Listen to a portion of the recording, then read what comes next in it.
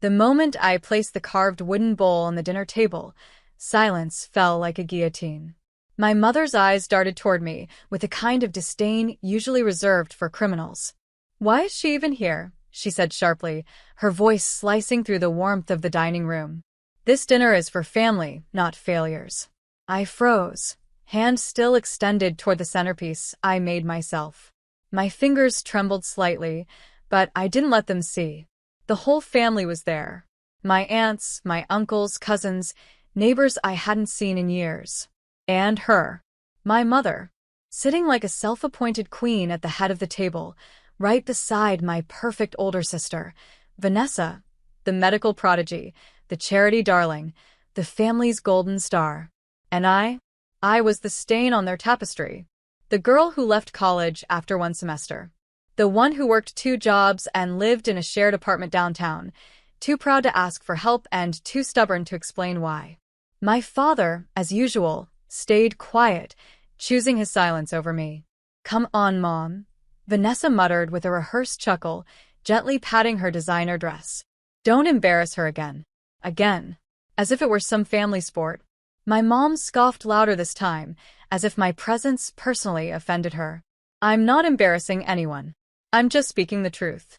One daughter earns scholarships and brings honor to this family.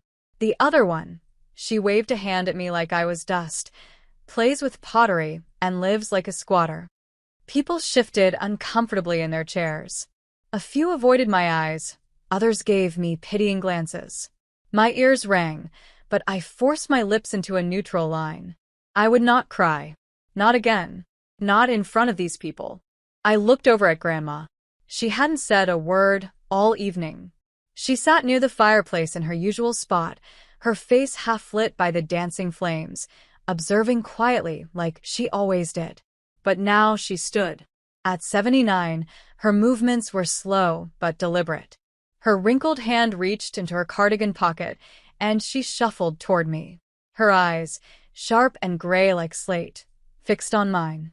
She didn't say a word, just held out a thin envelope, cream-colored, sealed with red wax. The moment I touched it, my mother's face tightened. "Mom, what are you doing?" she asked, her voice suddenly sharp. "What is that?" Grandma didn't answer her.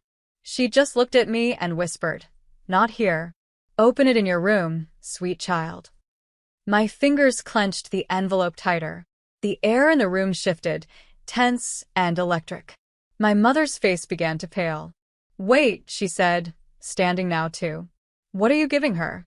What is in that?" I looked at her, truly looked at her, and, for the first time, I didn't feel small. I felt still. And that stillness was louder than her entire speech. I turned and walked out, envelope pressed against my chest. My hands trembled as I sat on the edge of my childhood bed, the dim lamp casting soft shadows. I peeled the wax seal open, the crack echoing louder in my mind than it should have. Inside was a handwritten letter and a folded document. Under it to my dearest Ellie. "If you're reading this, it means I've finally done what your mother never had the courage to. I've chosen you. I saw how they treated you. I saw your mother's jealousy the moment she realized you didn't need applause to have purpose. That you didn't perform for approval. That you worked quietly and with love. Enclosed is the deed to the lake house and 67% ownership in a certain account your mother doesn't know I set aside years ago. It's yours now. Use it wisely. Use it with kindness. Love, Grandma. _ The paper trembled in my hands. The deed was real. My name was typed clearly under the ownership field. I sucked in a breath, so sharp it hurt. Downstairs, I could hear my mother's voice rising. "What do you mean she gave her that? That house has been in our family for decades. I helped her take care of it. She can't give it to Ellie. She's a dropout." My grandma's calm voice answered. "She can. And she did.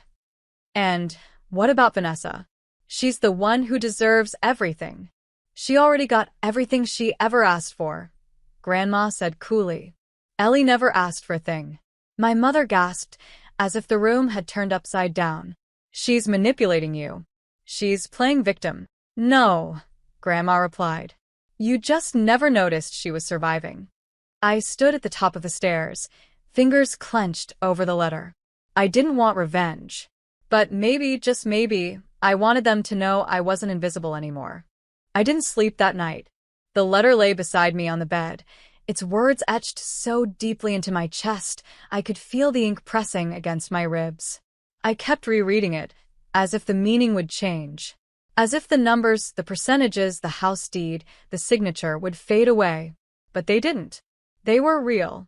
And so was the sudden weight of being seen after a lifetime of being invisible. By morning, the house was buzzing like a hornet's nest. I could hear voices arguing in hushed tones downstairs, but no one came to knock on my door. Not until Grandma. She tapped twice, then opened it herself, just like when I was little. Her frame looked frilier in the daylight, but her eyes were just as clear. She sat beside me, her fingers curling softly around mine. I should have done it earlier, she whispered, stroking my knuckles. But I was waiting for the right moment, for the right kind of strength in you. I don't understand, I said quietly. Why me? She smiled gently. Because you're the only one who knew how to survive without taking. And the one who never stopped giving, even when they had nothing left for you in return. Her words made my throat burn. You see people, Ellie. Really see them. And that's a rare kind of power. I couldn't speak. Besides, she added, her voice dipping lower, your mother, well, let's just say she was always afraid of the daughter who didn't need her approval. And fear turns into cruelty. I looked down at my lap. She hates me. She fears what she doesn't understand. And you are something she never learned to understand. I finally came down for breakfast, and every fork paused midair. My mother was mid-sentence when she saw me, her mouth clamped shut as if I'd walked in wearing a crown made of thorns. Vanessa didn't look at me. Neither did my father. But the others, they watched. Waiting to see if I'd explode. If I'd say something cruel. If I'd throw the envelope on the table and say, see, I win. But I didn't. I walked past the table, poured myself a cup of tea, and sat quietly on the windowsill, sunlight warming my back. And I said nothing. That silence burned more than 1,000 insults. Later that afternoon, as guests prepared to leave, my mother finally pulled me aside in the hallway. Her voice was low, sharp like broken glass. You think this makes you special? I looked at her, steady and calm. No. I don't think I'm special. Then what? You're just going to play the victim until people give you things. The way she twisted it, always twisting things, made me feel like a child again. I didn't ask for anything, I said. You know that. She took a step closer. Her lipstick was perfect. Her mascara hadn't budged. She was supposed to give that house to Vanessa. She didn't. You don't even have a real career, Ellie. You make bowls. I make art. My mother scoffed. No, you make excuses. And then she leaned in, her voice dripping venom. You will never amount to anything. That was when Grandma walked around the corner, slow but sharp-eyed. Her cane hit the floor with deliberate rhythm. Enough, Margaret, she said. My mother spun. She needs to hear the truth. No, Grandma said. You do. She pointed her cane toward her daughter, not me, and her voice trembled not with weakness, but with fury barely contained. You've spent a lifetime mistaking loudness for strength. But Ellie has a quiet kind of strength that could move mountains without anyone even noticing. I raised her. My mother shot back. I know who she is. You didn't raise her, Grandma whispered. You broke her. And she still grew. That night, I drove back to the city with the deed in my purse and Grandma's words wrapped around my heart like armor. I didn't feel like I'd won, but I felt like I finally knew who I was. And I knew this. I wasn't going to stay in the shadows anymore. The city looked different that night. Or maybe I did. The traffic lights glowed softer. The buildings didn't seem to tower over me like they used to. And even the wind that usually whipped through my coat, like cold fingers, now felt quieter. Less cruel. I parked outside my apartment, The same crumbling brick building with the flickering hallway light and the neighbors who never smiled back. But tonight, I didn't walk in like a girl carrying shame on her shoulders. Tonight, I walked in like someone who had finally been seen. I didn't tell my roommate right away.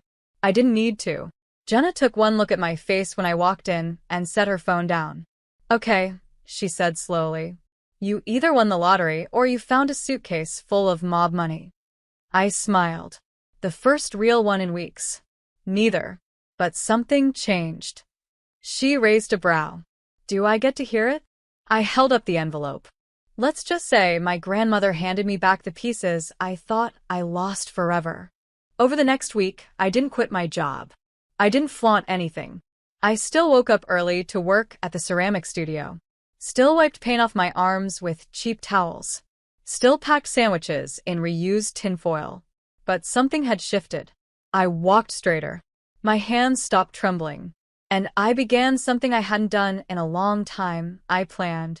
For years, I had worked in that studio under the thumb of a snide manager who called my art cute and paid me barely enough to breathe. But now, with the funds Grandma had entrusted to me, I began mapping out something bigger, something that could outlive the shadows I grew up in. A studio of my own. A place for artists like me. Quiet ones. Overlooked ones. The ones who didn't have parents clapping in the front row, but still dared to dream. And then came the letter. Not an email. Not a call.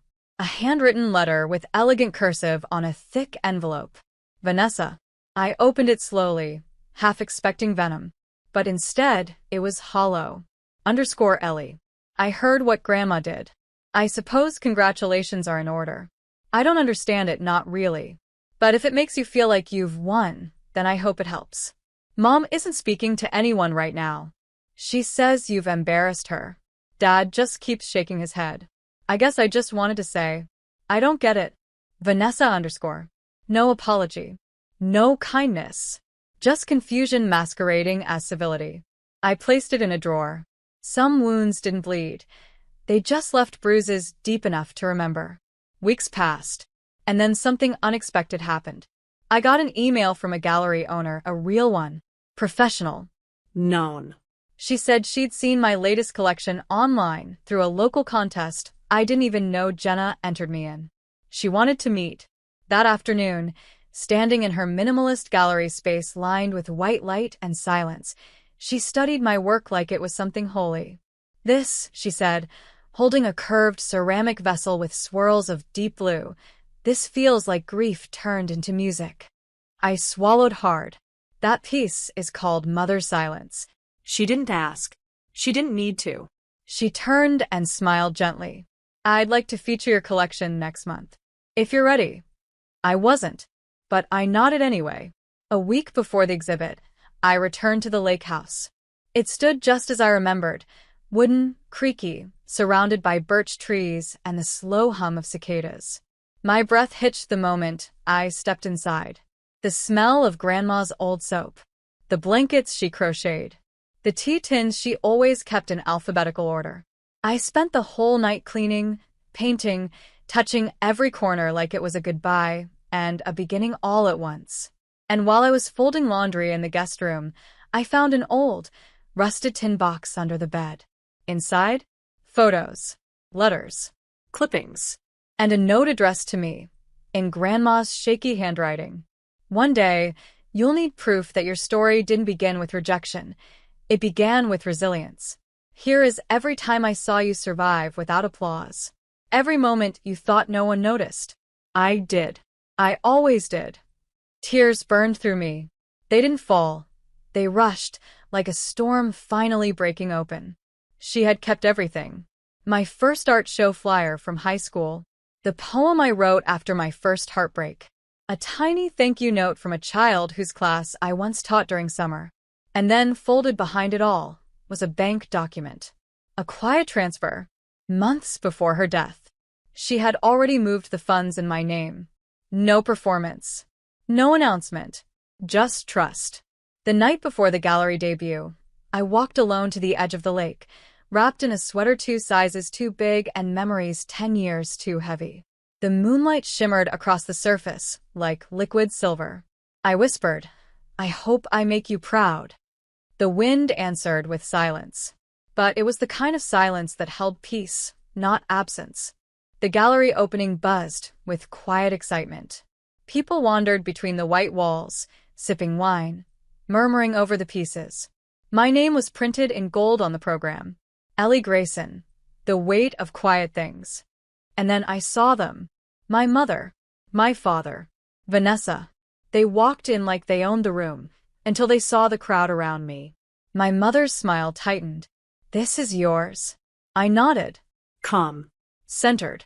Yes.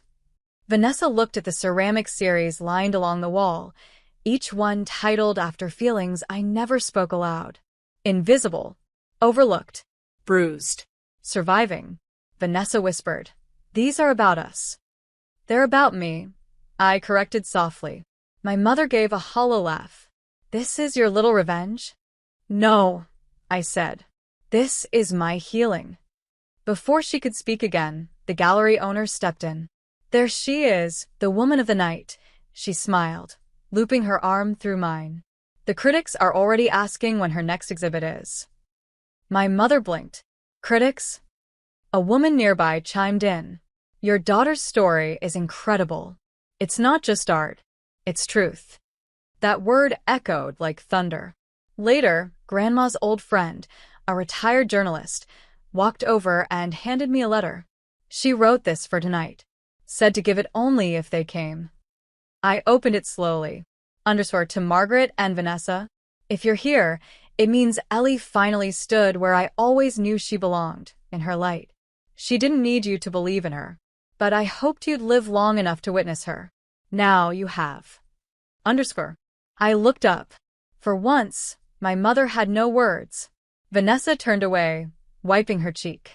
My father quietly said, we were wrong. And I answered, I know. That night, as the gallery lights dimmed, I stepped outside. Not bitter. Not triumphant. Just free. A month passed. The gallery exhibit ended, but something bigger had begun. I signed a lease for a small, sunlit space near the edge of the city, not just for me, but for others like me.